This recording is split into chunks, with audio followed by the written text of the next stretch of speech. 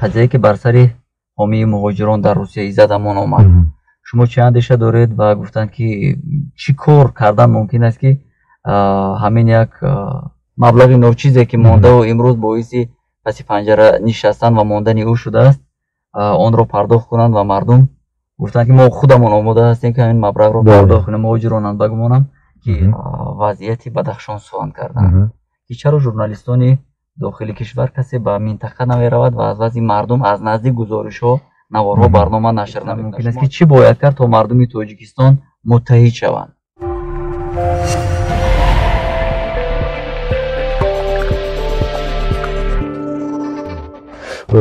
قضیه ایزد تمام واقعا هم میتواند برای ما نافهمه باشد.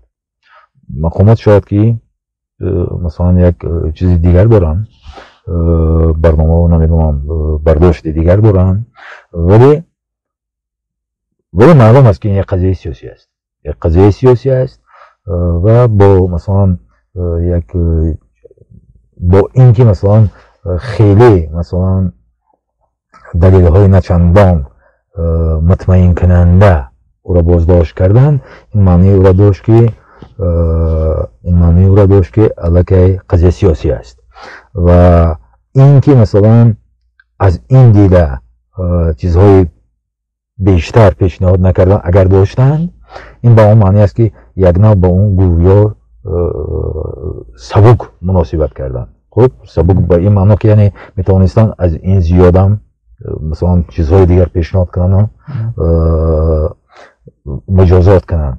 برای همین فکر میکنم. ولی یک چیزی جالب است، مثلا ما فقط ایزد تمام نیست، ما میبینیم که در روسیه چندین نفرها که به مثلا حمایه حقوقی مهاجران داخل داشت تقریبا کسی نمانده است، یا اونهایی که اصلا مثلا یک شهرت مانده است. کریم یارف حمله تا جایی که میدونم از حدود روسیه بیرون شده است. والنتین چوپیک تو بعد از بازداشت مجبور شد ترک کنه روسیه رو. یعنی هم مثلا سیاستی روسیه به همین موقعگیری های حکومتی موافقت میکنند، یعنی یک نوع میخواهد که مهاجران ما به پشت پناه باشند و در مثلا دوشنبه هم شاید همین گونه یک چیزایی باشد که در سیمای مثلا آنهایی که حتی یک مسئولیتی حامی حقوق به جا میارد، حامی حقوق است، اون را در سیمای او هم مثلا شاید خطرهای میبینند این چیزا.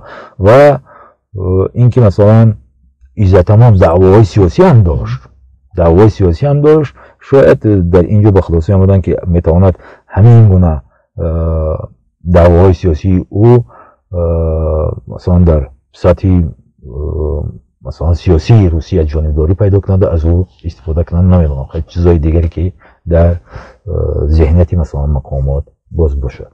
چند نفر درباره وضعیت بدخشان سوال کردند که چرا ژورنالیستان داخل کشور کسی به منطقه نمی رود و از وضع مردم از نزدیک گزارش ها نوارها برنامه نشر نمیکنه. شما چون روزنامه‌نگار سابقه دار در این مورد چی گفته میتوانید؟ درباره اینکه چرا نمی روند ژورنالیست‌ها، این موضوع البته معلوم است که وضعیت واقعا هم حساس است. اونها را میتوانند در علنگه زدنی مثلا اغوا، نیزا، همه چیز. ما این تجربه را دیدیم که مثلا سالی همون 91 و 92 گفتن که سببگاری اساسی جنگ شهروندی ژورنالیست ها شده بودن. یعنی احتیاط میکنن البته ژورنالیست ها و شاید مقامات هم به اونها اجازتی وارد شدن نمیدهد که روند رو ببینن. خب اینترنت نیست در اونجا که مثلا بیوسته با مردم صحبت کردن و اینجا. پرینس پیرس نامی مستعار است، نوشته است که دور و دراز یک شرح نوشتن، خلاصه کرده همین قدرش رو گرفتن. ممکن است که چی باید کرد تا مردم تاجیکستان متحد شوند؟ خب همین متحد شدن به خاطر چی؟ این سوال البته این شاید در شرحش در شرح سوالش این چیز باشه، به خاطر چی؟ مثلا اگر متحد شدن در زیر یک ایده ملی یا نمیدونم یک چیز دیگر باشد یا نمیدونم هدف از این سوال چی است.